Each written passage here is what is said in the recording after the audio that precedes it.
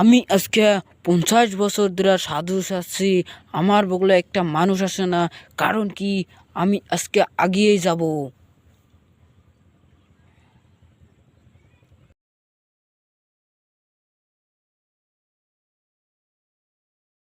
কই মানুষ, তোমরা দ্রুত চলে আসো, আমি এসে গেছি।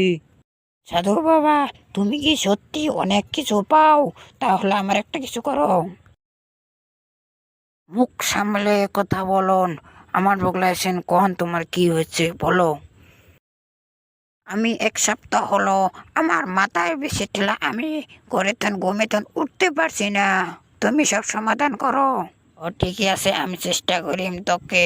তুই ইয়াত নক করে খাড়ায় থাক, তোকে আমি দেখছি। সাধু বাবা, তুমি আমাকে জলদি করে দেখো।